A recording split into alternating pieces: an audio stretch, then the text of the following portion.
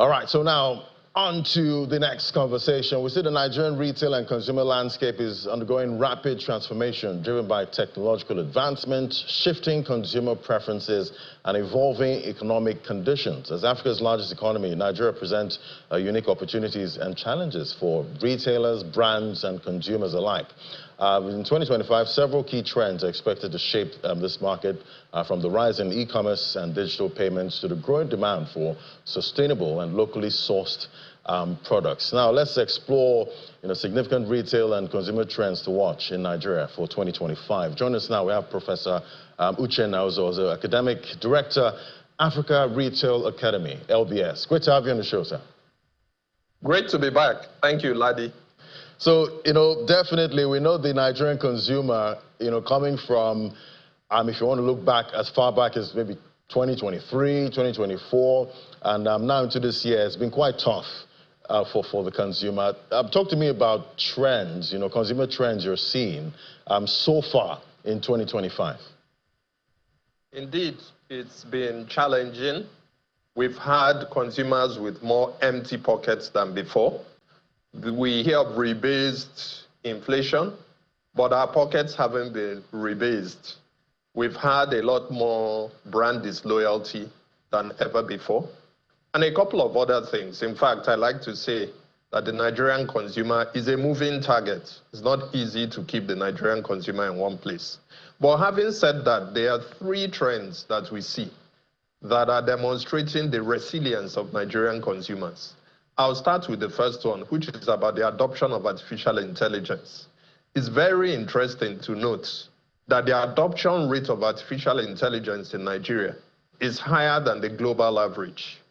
A lot of consumers and businesses are using artificial intelligence for price comparisons, for product search, for engaging at the point of purchase, for copywriting, for creative advertising.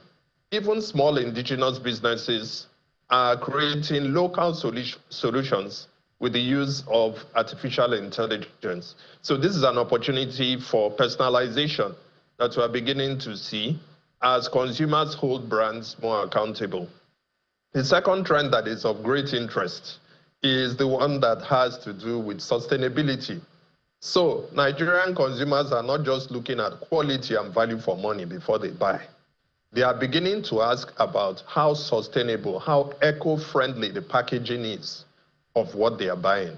And we've seen some recent initiatives in this direction. Lagos State, for example, is requiring of retail supermarkets to not sell single plastic bags, single-use plastic bags, and rather to replace them with reusable ones.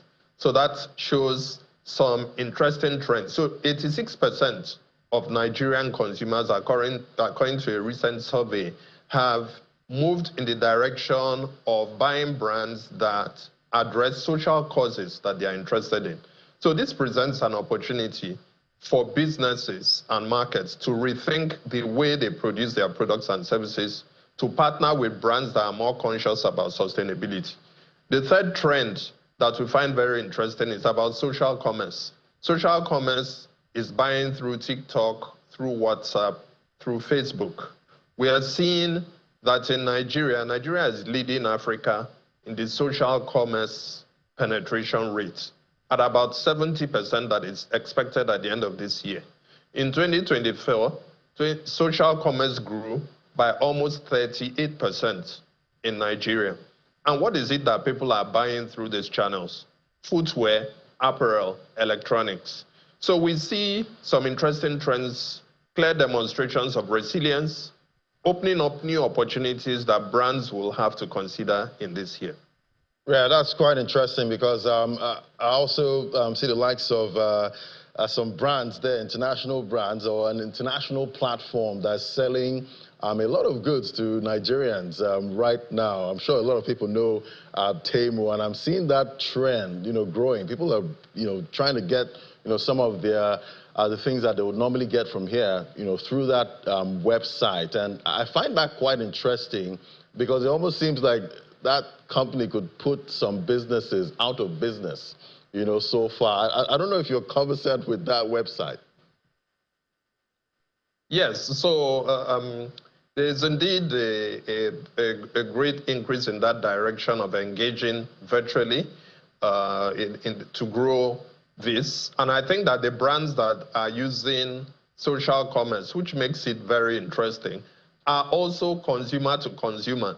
So it's not only, should we say, producers or retailers or distributors who are trying to sell to consumers using this channel, but we're seeing consumers who are selling to other consumers, selling reusable items, selling second-hand items, selling new items.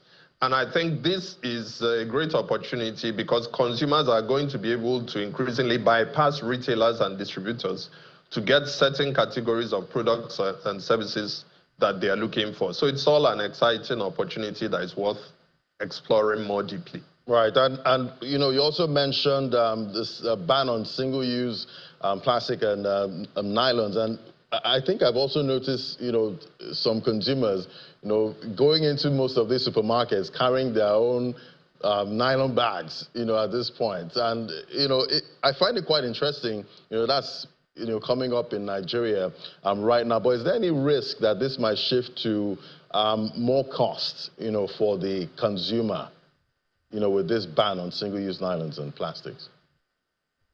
Well, I believe that it's something in the right direction because we really need to care more about climate change. As I mentioned earlier, about 86% of shoppers in Nigeria are pretty concerned, a lot more concerned about climate change than they were before. It's an increased cost if they have to carry their own bags.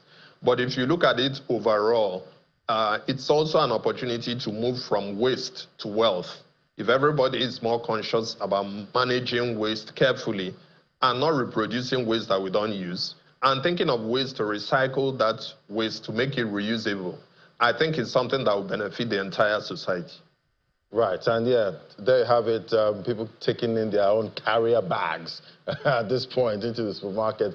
But what role will convenience, affordability, and, you know, value for money, what roles do they play in shaping, you know, purchasing decisions in 2025? Very good question. So one interesting trend we've observed is how increasingly demanding Nigerian consumers are. You can imagine a Nigerian consumer who earns the value of what he earns can afford him or her a bicycle. But in terms of what they are demanding from brands, they want, their value expectation is as high as what it would take to buy a private jet, for example. So Nigerian consumers love to high value at the least possible cost. Now, this puts some pressure on brands. Yes, value for money is important. Convenience is important. But what our study is showing currently is that Nigerian consumers will only be willing to pay if they trust that that value for money and that convenience is being provided by a location, a retail outlet, or a point of sale that appeals to their trust expectation. So trust and trust building is becoming a bigger issue. And supermarkets are taking the lead in terms of generating and building trust. We find that for every visit that a Nigerian shopper makes to a shopping mall or even to an e-commerce platform, they have probably gone to a supermarket 8 or 9 times. And it's not just because those supermarkets are closer to them, but there's some kind of relational element that goes into buying from those particular locations. Trust building is becoming key. And we see that there are 3 ways that brands can grow this trust this year. One of them is about being more transparent about their pricing decisions, especially when they want to communicate price changes. The other one is about being consistent in service delivery. Nigerian consumers want brands to walk their talk. And then the other one is about customer centricity. The more brands can be customer centric, the greater the chances that they will build on this trust, which is becoming increasingly important in the Nigerian market.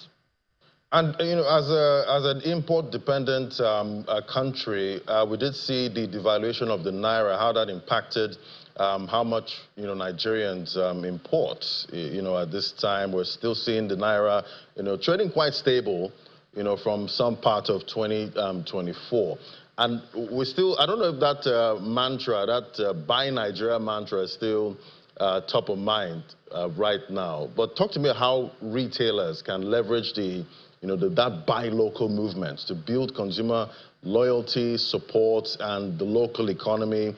How can they come to the rescue of those Nigerians that have that taste for international goods, but can't seem to afford it anymore with the devaluation of the naira? Yeah, very good question. So it will interest you to note that even though in Africa, if you look at how African consumers are behaving, the top 10 brands that African consumers love the most are all global brands. When you compare that finding with Nigeria, you see that there's an increasing appetite for local brands, even though Nigerian consumers continue to find global brands interesting and usable. Because of the inflation and exchange rate issues. But there's also the phenomenon of the creative industry, the fact that a lot of our celebrities are using locally made items. And this is making the younger ones to aspire to want to use those items. Now, this presents an opportunity for those in retail.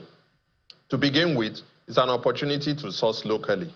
It's also an opportunity to be different. A lot of retail outlets haven't quite sorted out what makes them different. They position their retail outlets as a mere location to showcase other people's products and services.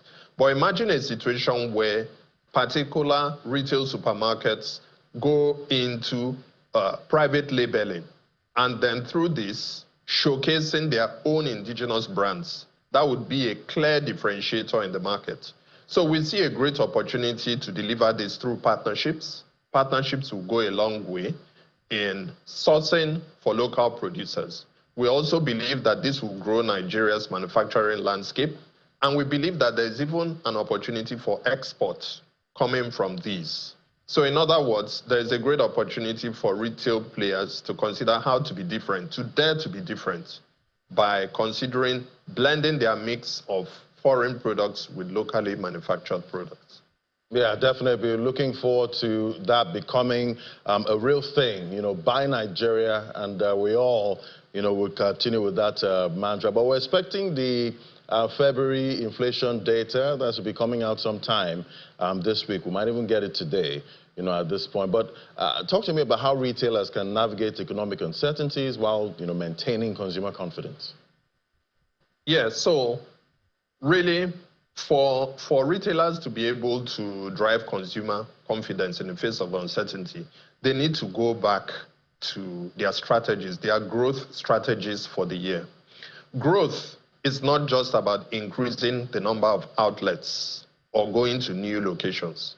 Growth is about improving our standards, our processes, ensuring that we have processes that will enable us scale, that will enable us deliver consistent service at scale.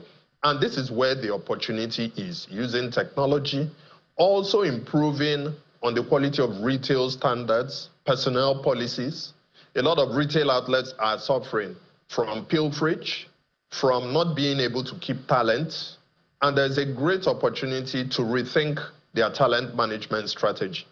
All these things internally are the critical ingredients of growth beyond just adding outlets.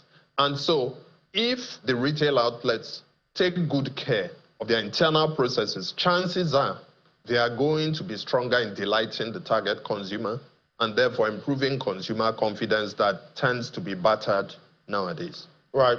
Definitely hoping the consumer in Nigeria gets more confident in 2025, and maybe some pockets also get rebased. That would be very nice. Thank you so much, Professor Uche Naozo, as Academic Director, Africa Retail Academy, Lagos Business School. Thank you for coming on today. Thank you so much. Have a wonderful day. You too. All right, we'll take a moment now.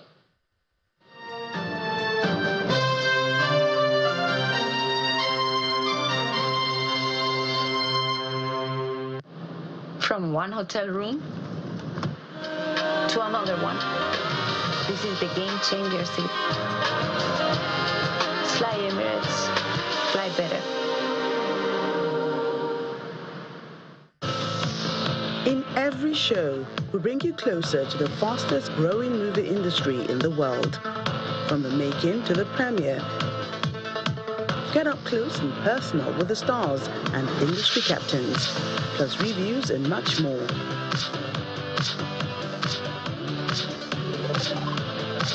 Nollywood Uncut, every week at these times.